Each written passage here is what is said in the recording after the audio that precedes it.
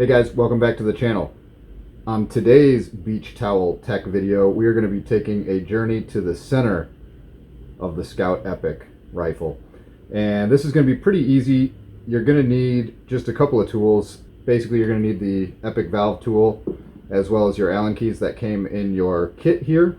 And then additionally, and we're not going to get into this too much, you're going to need a socket wrench with a 3/8 socket as well as a 5/16 socket. The 3/8 socket is needed to remove the high pressure regulator, and the 5/16 is needed to remove the low pressure regulator.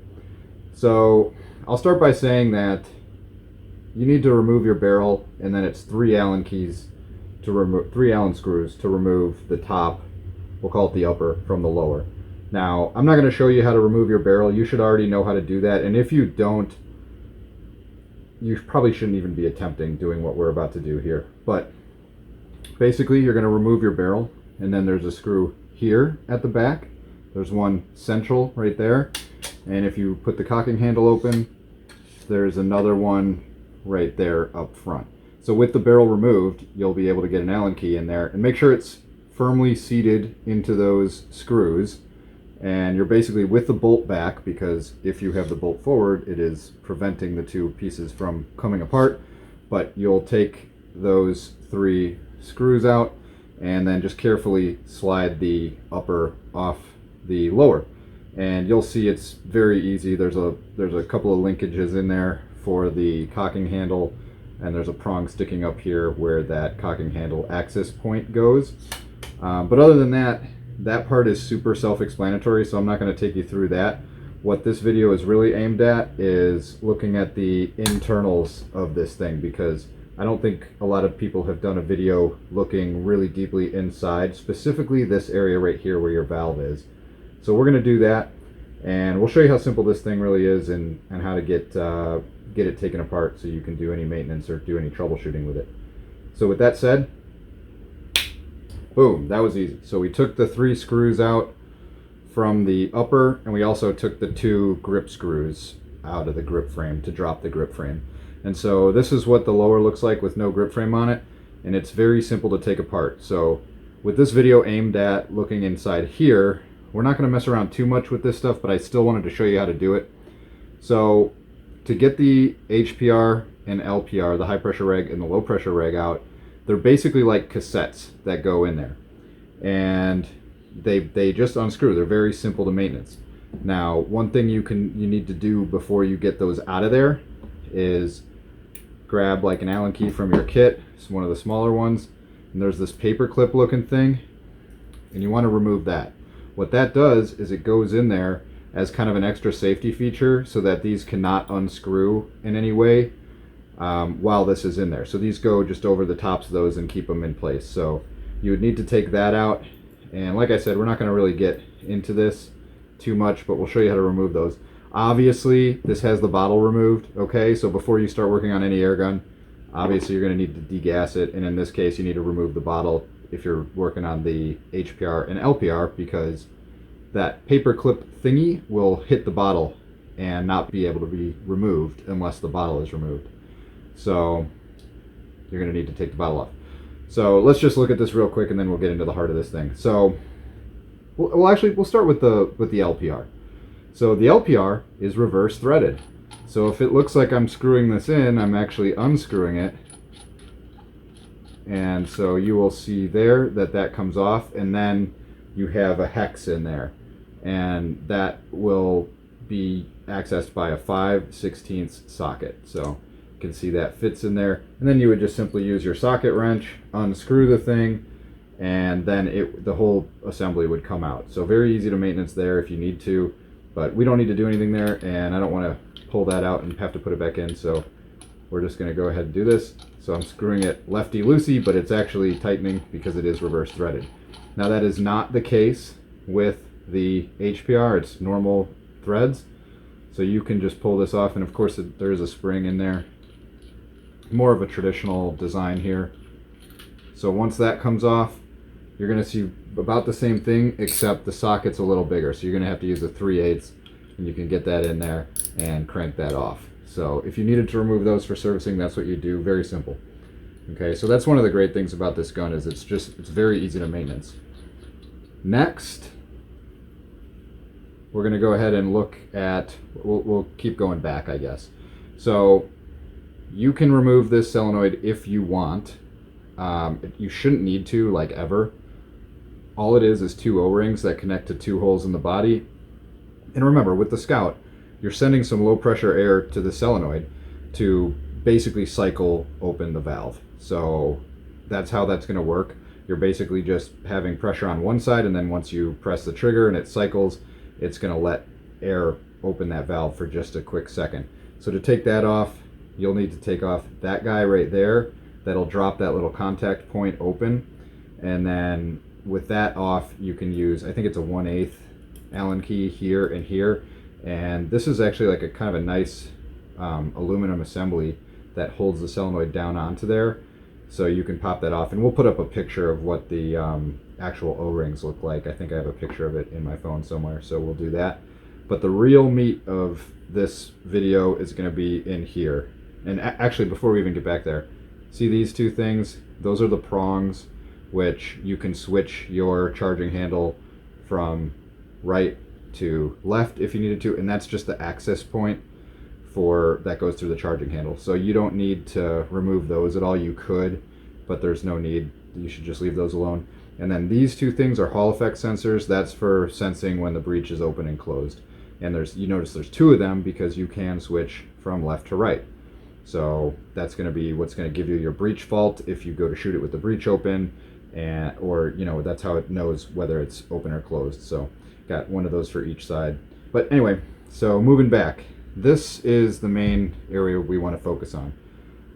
We're going to get this open and look at the valve. So it is 4 screws. They are 2 different sizes. I think it's the 3/16 on the bottom, and I think it is the, whatever this one is, 5/32. Yep. So basically you would take those off. So let's go ahead and do that now. And these will be in there pretty tightly. So I already had taken this apart before, so they're a little loose. Whenever I'm working on stuff, it's not going to matter which hole these go in because they're the same length. I just like to lay them out in the same orientation as they were when I removed them. Just kind of something I do.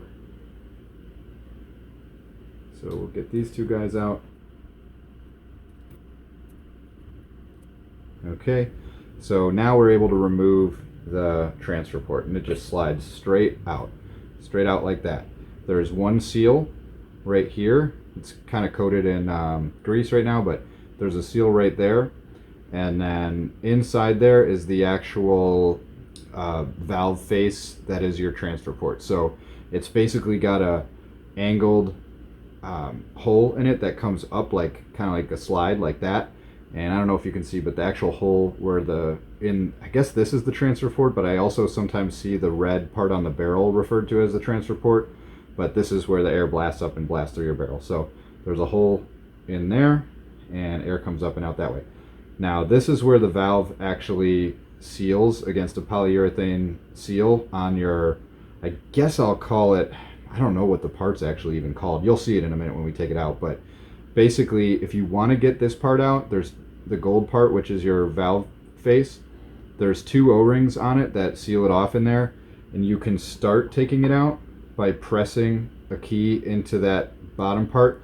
But if you look at this, that's kind of off center, so you're sort of pushing it off one side.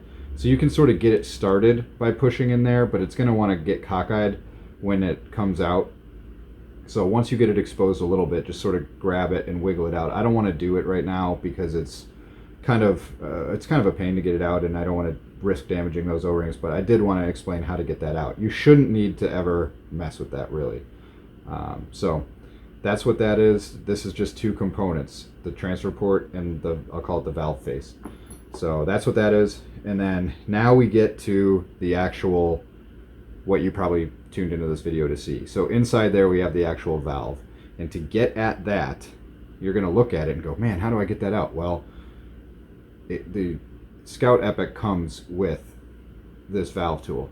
and you can see it's just like a long socket, and it goes down like this, and you just want to make sure you get it firmly seated on there, and then you can just grab like an Allen key from your kit and just break it open like that.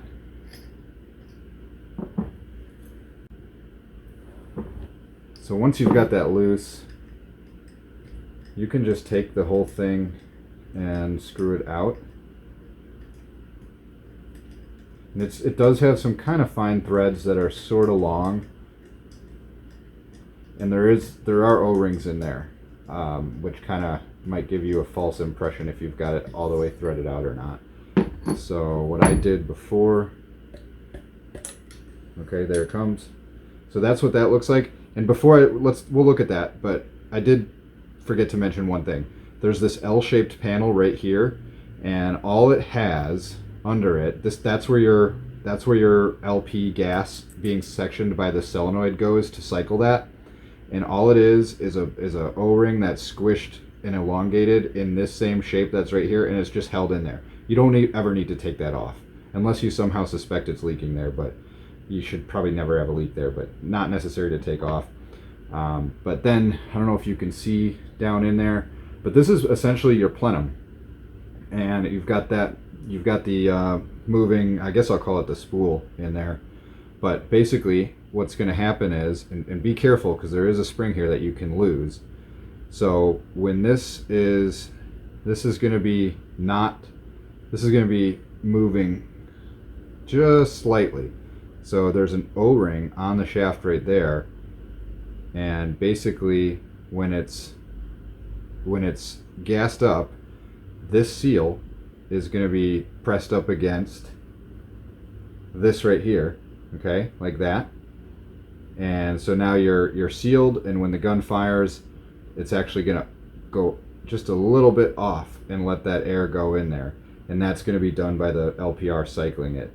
So you've got some O-rings in there, and that's all it is. So this gun is actually wildly simple. It is pretty low maintenance, very simple, easy to replace anything, comes with all the tools that you need to do it. So that is pretty convenient. And you know, when you reassemble this, if you're checking for leaks or something, or you're replacing O-rings, just replace them, and then in the kit you've got some factory grease that's supplied, so you can go ahead and grease these all up. In my case, this is already very greased up, and I'm not going to mess with it, so I'm just going to put it back in. So when you do put this back in here, you're going to want to do it this way, because you don't want any chance of that spring falling out or binding. So what you're going to want to do is, with it vertical like this, just sort of find the threads. And remember, there's O-rings that have to go past those threads, so you might need to kind of get past that. Just be gentle with it, and then you should have no problem finding those threads and getting that screwed right back in there. So it's as simple as that. Snug it up a little bit with this, and we're good to go. And then simply take this, push it back in there, put your screws back in, and when you do screw this back down, as with anything that has screws kind of in a radial format, you're going to want to kind of crisscross and snug them up evenly across the sides. You don't want to be yanking down on one side or the other, so just keep that in mind when you put it back in. You will see that it is under the spring pressure from the spring at the front, so if it's going like this, then that means you definitely have it in the correct way. So I think that's basically going to do it, guys. Hopefully this was helpful to you. Again, I do not monetize my channel through YouTube, so I forego like probably $200 a month by not monetizing, but I do drop Amazon links in my descriptions and comments, and I have a landing page there that if you simply are going to do some shopping on Amazon, you click in through that link and buy whatever you were going to buy. It's not going to cost you a penny more, but a couple pennies of that will go towards the channel, so I greatly appreciate it if you guys do that. But other than that, that's all I got for you, and hopefully you enjoyed and found this helpful. We'll catch you on the next video, guys. Peace.